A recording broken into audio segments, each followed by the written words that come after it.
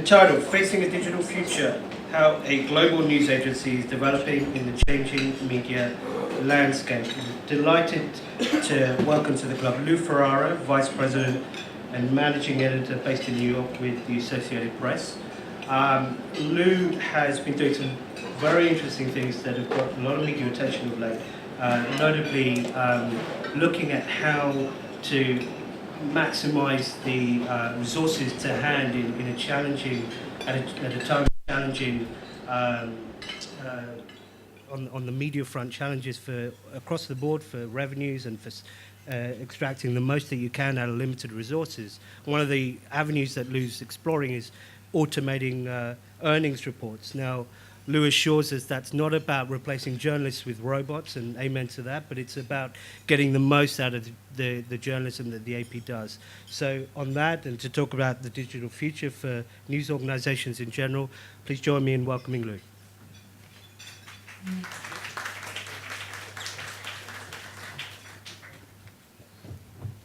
Hi, thank you.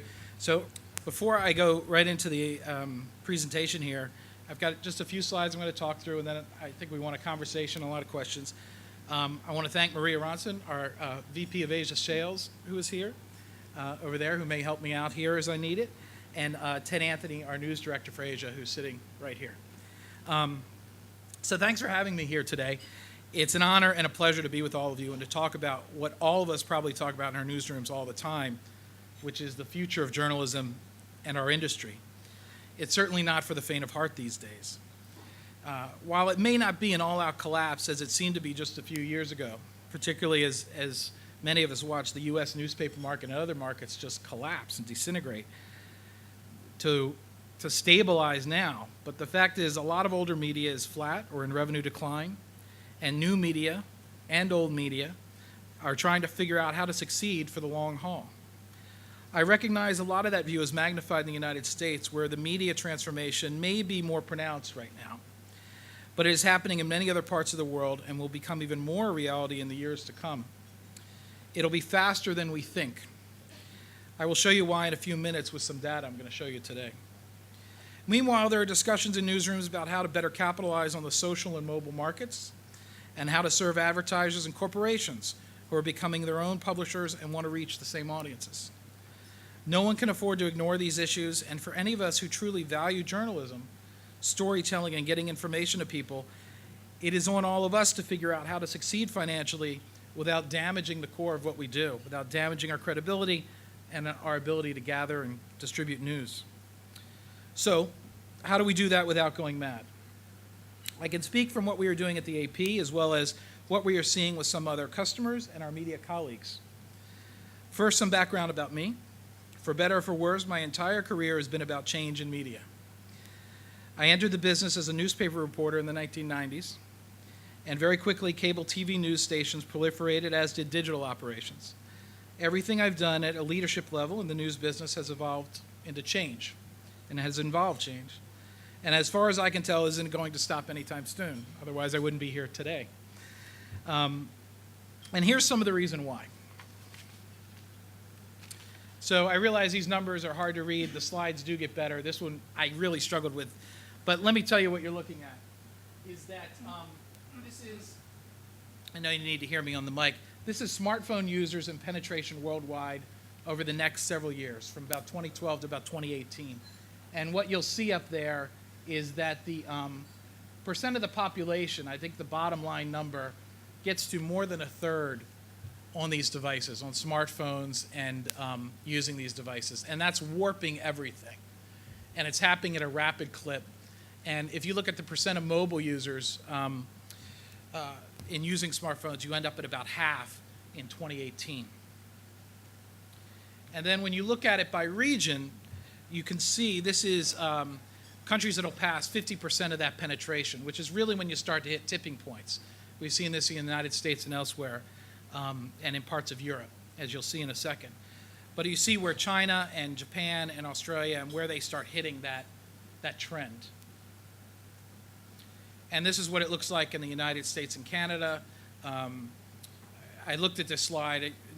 Having a 17-year-old son and knowing my own consumption and all our friends, it feels like everybody's on a phone constantly. I don't know if that's good or bad, but I know it relates to our business and the consumption of news and information. And also news and information that gets gathered out there in the public space. User-generated content we're seeing with what you're seeing in the US and Canada and elsewhere is that so many people are reporting information on a constant basis that creates the news. And I know we've seen it here with Occupy and with other things around Asia, but this is really, I think, almost on a daily basis in the United States. I can't think a day that does not go by, or a couple hours that don't go by, that someone has shot video, tweeted something, posted something that became part of the news report. And then you can see there what it looks like in Europe, which is in a very short time, we passed that 50% rate. Which, by the way, I guess I forgot the most important thing at the top. If you're tweeting this on Twitter, I'm at Lou Ferrara. So if you want to be in my following and help me build that following and my personal brand, as they say, there you go. So here's what we know after you look at those numbers. And look, this is not, I don't feel like today I come to these things that I'm actually telling you a lot that you probably don't know. But it's going to pull it together in a way that I think crystallizes the challenges we're all facing as an industry, which is what we know is this, and what we've seen with the penetration of smartphones. It's beyond the phone, there are multiple devices owned. So if you think about households and you get away from just the idea of a phone, if you look at any house, I'll just speak for mine, which is just 3 people. In our house alone, there are 3 iPads floating around. There are 3 mobile phones. There's an Xbox. There's cable TV. And I've got a 17-year-old kid telling me to cut the cord and get rid of cable TV. You don't need that anymore. He says, you need a fatter pipe because I need to play Xbox more. You can imagine how that conversation goes. But you have multiple devices, and people on this are consuming more video than ever before. And we're seeing those numbers just continue to go up. And the competition we all face is not for necessarily me against AFP or Reuters, which is part of the dialogue, but it's really for people's time. When you think about us all being inundated with this news and information and in multiple formats, but video is the #1 thing. The fact that in my room I can stream my cable TV on my iPad while I go through Facebook and look at different videos that come through, or YouTube. It's just a constant way to get information that wasn't there before. And there's a huge challenge in how we reach that audience. And it used to be if you had, the most exclusive video or the video nobody else had, you'd win the day. It's not always playing out that way anymore. No surprise, we're seeing increased use of social network usage around all of this and the consumption of news through social nets. I was really struck, if any of you saw the other day, Mark Zuckerberg does a Q&A internally at Facebook, and he did one publicly the other day. And one of his quotes, which I really zeroed in on because of how he termed it, it was, the paraphrasing was, he wants to be everybody's personalized newspaper. And he used the term newspaper. My staff thought I was overreacting to this, as staffs tend to do, as any editor in the room knows. But the fact of the matter is, I don't imagine he says a lot of words without knowing exactly what he's saying. And so he's looking at a future newspaper of Facebook. Someone pointed out to me a couple years ago when Facebook, remember they went public and they had problems and they had no mobile strategy.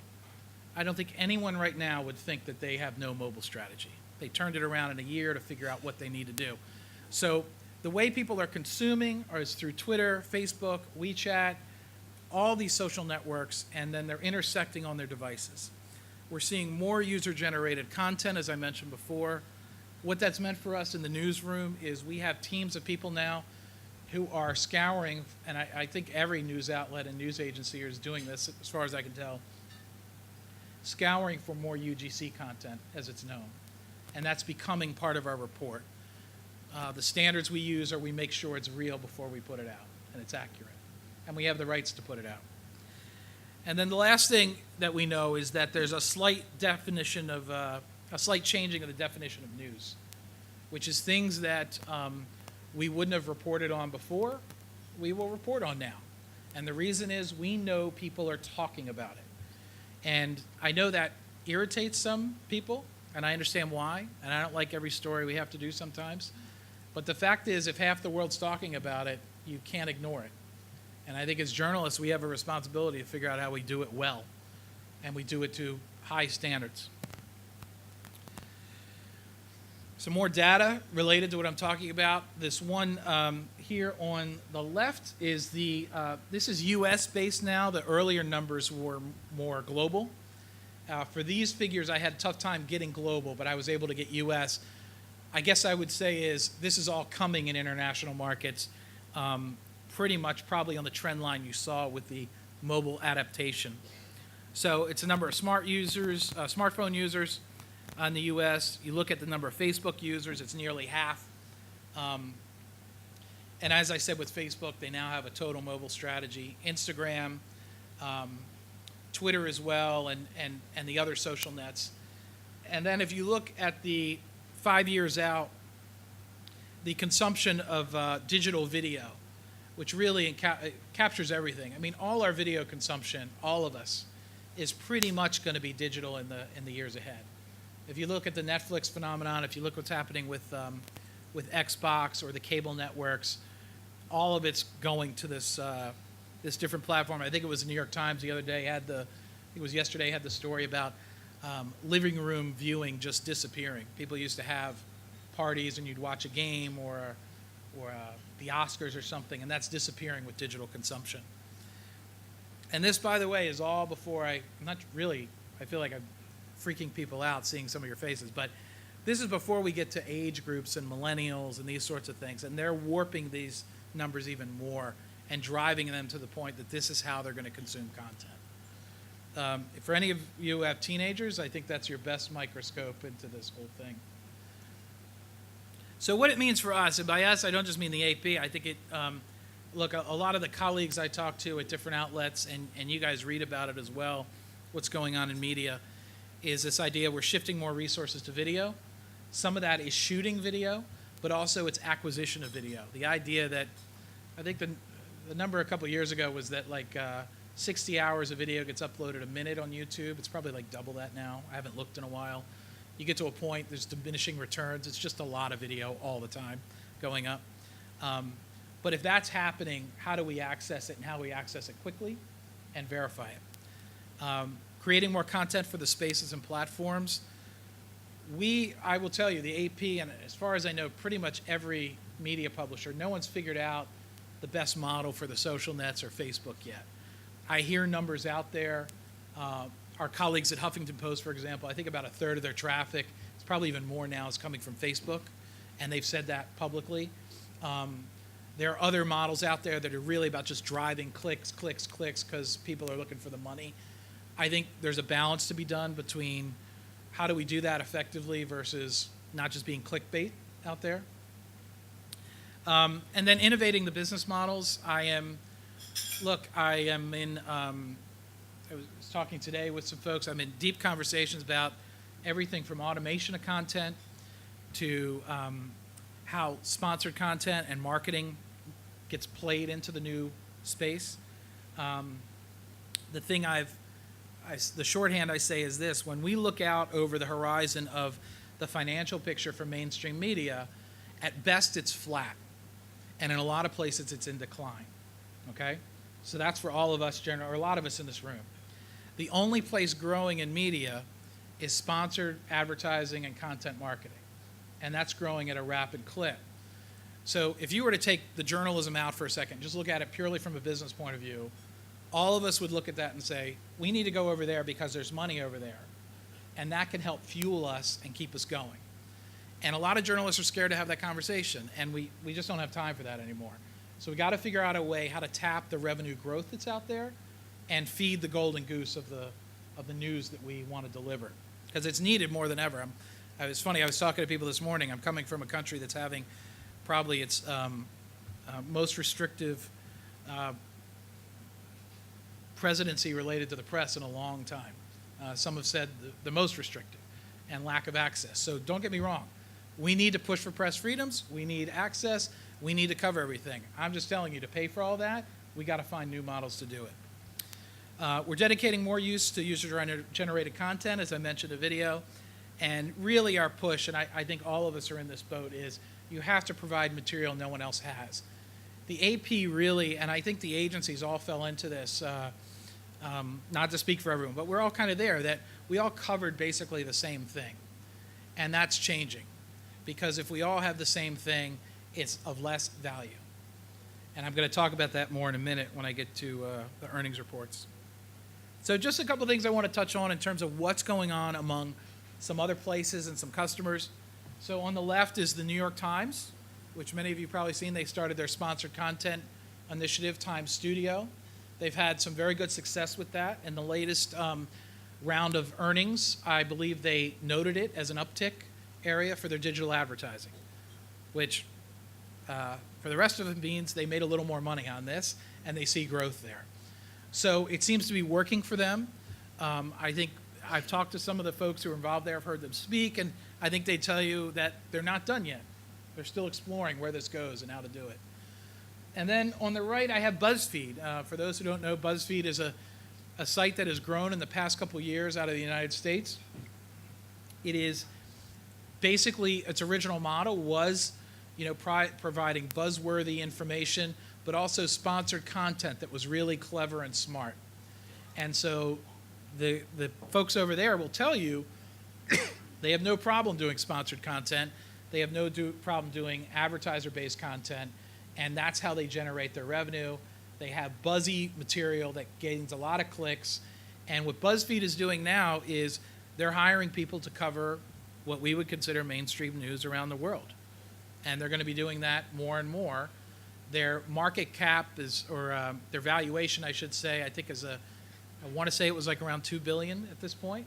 So they've gone from something to nothing, or nothing to something, I would say, very quickly, and that's in the realm of new media. And on this, and I'll point to it real quick. I had to go away from the mic for a second. But you'll see right here, this one right here, this is promoted by Capital One. This is a piece of sponsored content. So they're integrating the sponsored content in their main news feeds as well. This, from an AP point of view, some of the things we've been doing, we have our AP mobile app. We're a B2B business overall, business-to-business operation. We have a few B2C areas. We have our AP mobile app. On that, we have had sponsored content, clearly labeled, advertising content. And as well in our Twitter feed, which has like 4 million followers, we do have advertisements that run in there. And when we launched those a year and a half ago, a lot of people in the industry was like, the AP have sold out. We looked at it quite differently. We label it advertising. It is advertising. It's no different than what you get on a lot of social platforms or that you get on TV with a commercial. But we label it. The one in the middle there is from Merck for getting a flu shot. And the one on the right came from Jockey, which was around the World Series. They actually contacted us and said, if the Giants win, we want to run a campaign. So we said we have no influence over the World Series, but we're happy to take your advertising dollars if we're able to, if they win. And then here I just showed, we're not alone in this. I mean, a lot of people are exploring things. On the left is BBC News, which has their YouTube channel. I was actually surprised. There were two things about this. One, just to show the BBC and everyone is having YouTube channels, different mobile platforms, and different elements of how they're trying to drive revenue. But even the BBC, as big as it is, the number of followers, I think, on this was, or subscribers on their YouTube channel was like 330,000, which I actually thought was quite low when you look at some of the other channels out there. So no one has a silver bullet solution. Everyone's kind of making their way through this. And I put WeChat up. I was talking to some executives the other day from China who use WeChat, and some of the media executives were telling me how they've integrated feeds into WeChat, and they're actually getting traffic from that and doing some innovative things around new ways to consume content via WeChat. So I can take a break here and take a couple questions before I get into this next thing, or I can just continue on. All right. So it was mentioned that it was announced over the summer we were automating some of our content. What we decided to do, I've been talking to a company called Automated Insights, which, out of full disclosure, we recently invested in, the AP invested in, and I started exploring in 2012 whether we could automate some of our content. The theory being that the technology was getting better and that we have a lot of people, when I look at news agencies, there are a lot of people who do things that have always been that way. And one of them is just kind of processing data. So what you're looking at here is actually what I call a structured data file. It's put together by Zacks Investment Research out of Chicago. We partner with them on this, and out of that data, we create a story. In this case, it's about AutoNation and their earnings reports. And what we've been able to do in a very short amount of time, in the past 6 months, we went from manually producing about 300 earnings reports with our reporters a quarter to this quarter we'll have about 3,000 earnings reports. And I will grant you for the AP, it's a sweet spot of a marketplace for us in that, in comparison to Reuters or Bloomberg or Dow Jones, I'm not really going after the trader market for financial data. I'm going after the news consumer market for financial data and earnings reports. And what a lot of my customers tell me they want, because this was based on customer feedback, is it's great you guys cover those 300, but I'm out here in Tennessee and I really want the 100 companies that are from Tennessee. If you could give me those 100 companies, I don't have to have as many people here do it, and I'm really strapped for resources right now. And the whole origin of the AP was we were a cost-saving measure for news outlets. That's how we were originally founded. And so by doing this, we're able to provide that. I will tell you, here's what people ask. So I'll get ahead of these questions. You probably ask them. We're not eliminating any jobs for this. It's a very low-cost thing to do. What I've done is been able to redeploy people into covering more news. And we were talking about it earlier up here, that I'm able to put people on stories I couldn't put them on before. Because we've all shrunk in media, we have fewer resources. We were beating our heads against the wall and having people do a ton of these. I've probably, the aggregate is a couple full-time positions came out of this because I don't have as many people having to do earnings reports on a daily basis during each quarter. It does not mean we're not covering earnings anymore. We cover all the top companies. And we're going to continue to do that. We've had to make some adjustments. We're going to continue to. And finally, on our automation, our error rate, if you will, because someone has to put in this data. A human is still needed to put in the data somewhere. Our error rate is probably this quarter around the 2% zone, meaning someone put in a wrong number somewhere. That is better than the humans. The humans don't like to hear that sometimes. It's better than the humans. And we think that number is only going to go down because some of these were like little one-off things we have to fix on a permanent basis. But it's been successful, and we're looking at it, doing it more. And so finally, I'll leave you this so we can take questions and talk more. Where do we go from here? And I just had 3 things for everybody that I tell people, especially journalists, when I get asked is, be true, which means there is no more important time for journalists. There is no more important time for accurate information because there's a lot of bogus information out there. There's a lot of governments, as we know, that don't want things out, including my own. So there are many reasons that we need accurate information, and this is important to get right. Be innovative, be fearless in having the conversations around change in your newsroom. I always tell journalists and editors, it's fine to have the conversation. Doesn't mean we're publishing it. Doesn't mean we're doing it. But let's have the conversation. I'd rather talk to the head of marketing for IBM or advertising for a company than not be in that dialogue, because we have to know what's going on or we're not going to be able to succeed in this race. And then finally, you got to be ruthless. Eliminate what no longer is needed and grow the areas that are. And in our case, we're doing that. We think it's going to be the only way to survive, and I don't think anybody is going to be alone in that. So that's everything. I've probably gone on a little too long here, but I'm happy to answer any questions I can.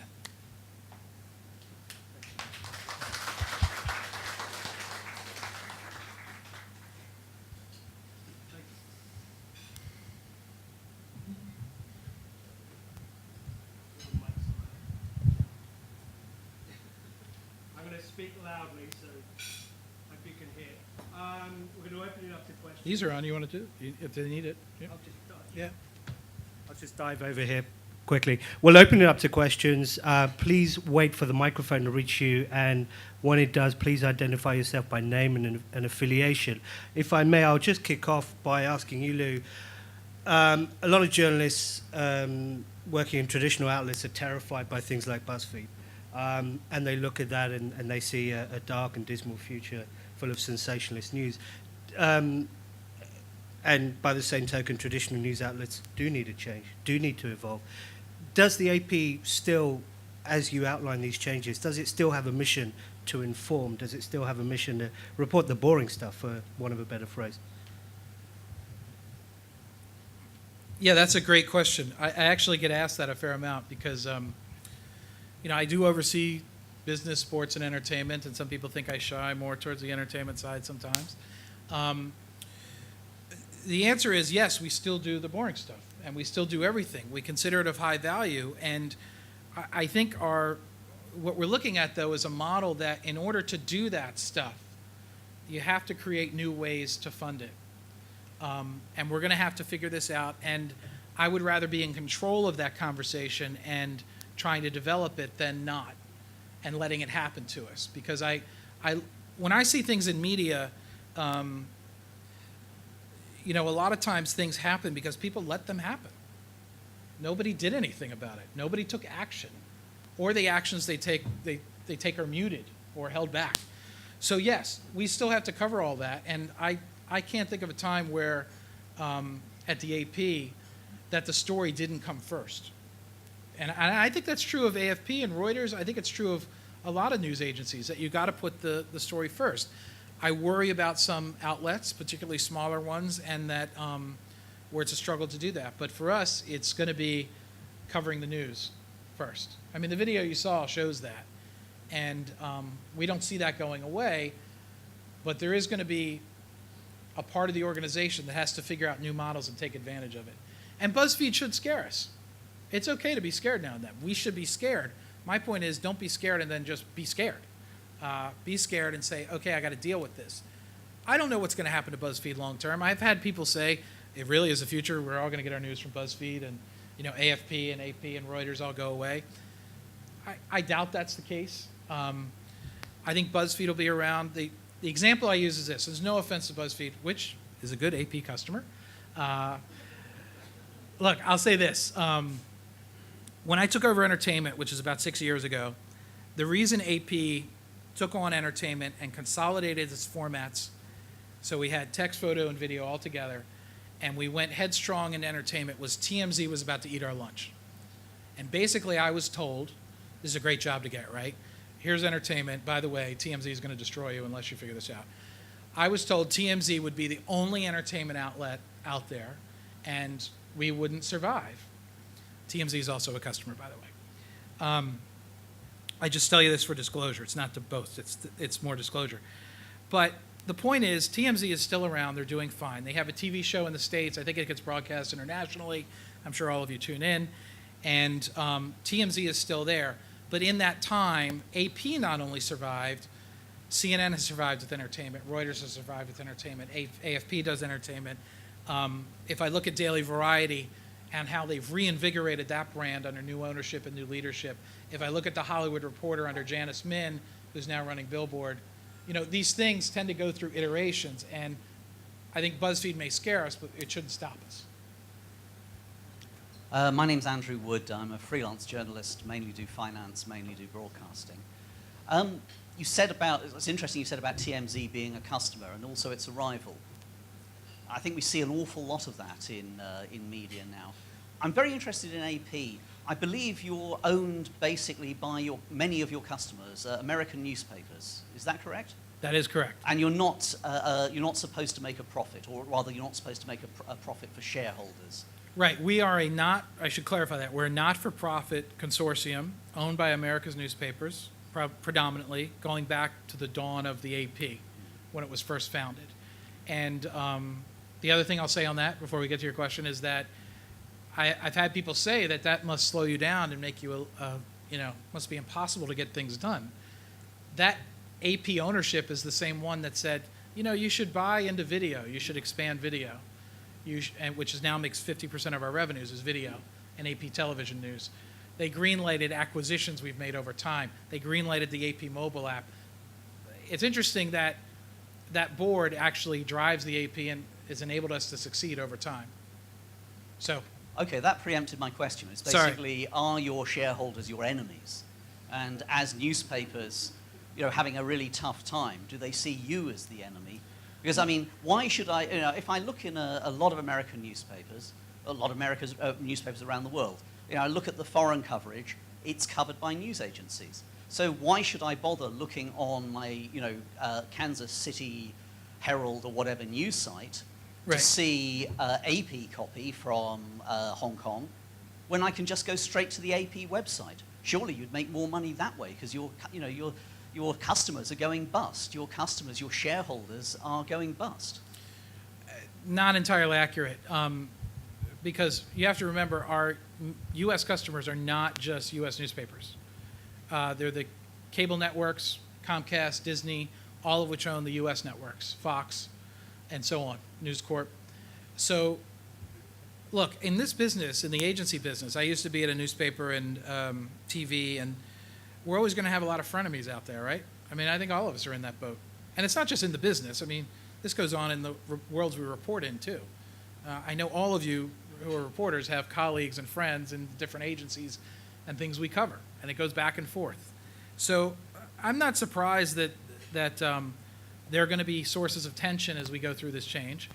I think the newspapers, what we try to do is provide what they need for their content. Over the past year, we have retrenched our state news operations to feed their needs more than ever before, and we've customized things for them to meet their needs. I'm not going to lie to you, a lot of our customers, the local newspapers in the U.S., are really going to a local only first, if you will. And you can understand why, because exactly like you're hitting on. That's going to continue probably for a while, and we'll see where it goes. But, for the most part, I have a few folks who are, there are customers that I would say don't like some of the things we do, but I think you can say that of any business. I think for the most part, they're pleased with what we provide as a product, and hopefully that continues.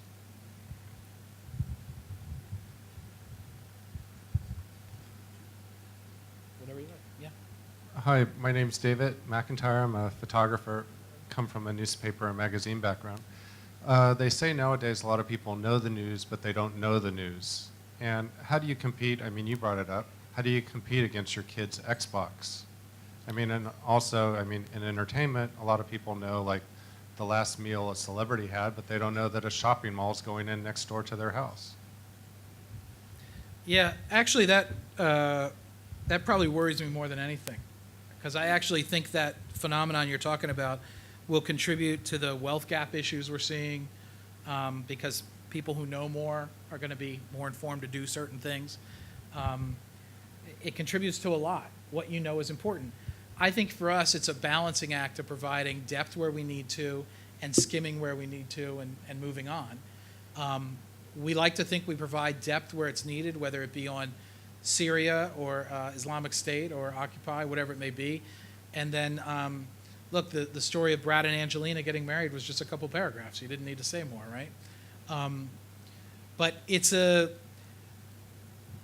unfortunately, we don't get to fully define the world we go into and have to provide content to.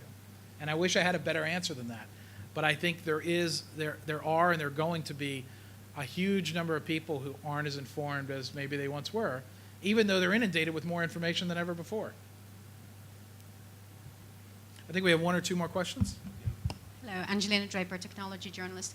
With regards to UGC content, video specifically, do you now or possibly foresee in the future a model where a certain amount of metadata will be required within the UGC videos for verification? Because at the moment anybody could send in, but then there's a problem of verifying, and yet there are a lot of tools out there that can check through the metadata that is available. But a lot of users don't know this. Yeah, I'd love that actually, because one of the things for us, the answer to your question is I don't know. I don't know. We've talked to YouTube, we've talked to others about what could be done to give us authenticated content quicker. And I think the approach is generally that's your issue to deal with. That's yours to sort out. And I understand that. how much, there's only so much they want to take on to solve my problems. But I think it's one of the key issues because it would make things a lot easier. When you're dealing with UGC content, you have to get in touch with the person. We go through a strict vetting process, get in touch, get it cleared, get it rights cleared to use it, and then making sure it's accurate. And we've had many situations where we have staff in our bureaus look at the content very closely and compare it to the location it supposedly is. There's one famous story in the AP that was I think it was an attack in Syria, and it was Syria, right? And our staff said, that actually is not accurate because that statue isn't there anymore. But I'd love to have as much detail as possible. But I think, a lot of the best UGC, people aren't thinking about it. They're just putting it out. More people are thinking about it, but people are just shooting a clip and then posting it. And then you have to go back and get it. The Boston bombings, you've seen the Facebook photo that has the bomber walking away. The guy who posted that just happened to post it. He was a runner and didn't realize what he had at the time until a couple of us reached out to him. So I'd love to have more data on all these things, but I think it's going to take time to get there. One more question? Two more questions? Sure, please. One more, sorry. Just about out of time. Quick question with regards to how you said looking at conversations and that can inspire the way that you look at news. How do you do that, and what does that mean? Yeah, so we're I think like every news outlet we're going through this now is looking at an aggregation of all the data out there about what's being consumed. What's trending, what are people talking about, and should we be doing more with a particular story? The most recent example I could think of was the song by Lord, Royals, that got banned by radio stations in San Francisco during the World Series. It was a fun little story. We weren't really doing much with that. It was a trending topic on Twitter, on Google, and us grabbing that and saying, everybody's talking about this. We should do a short item on it. It's very rare you have the instance, but it does happen that, hey, the choppers are over my house and I think something's going on here. Those are rare. Those are harder to find, those diamonds, but we go after those too. But for us, we're trying to get more analytics. I think everyone is, to see what people are talking about so we can help inform our report. I think the danger there is making sure we aren't letting it be the only source of information. We still need to use human judgment on covering the news. Do we have time for any more? I think we're out of time, I'm afraid, but it's been really interesting, really stimulating, and I, for one, want to thank you for sharing some really priceless intelligence with your competitors. So thank you, and Thank you. thanks very much for coming to join us today. Thank you, Lou. Thank you all very much. Thank you. Thanks very much.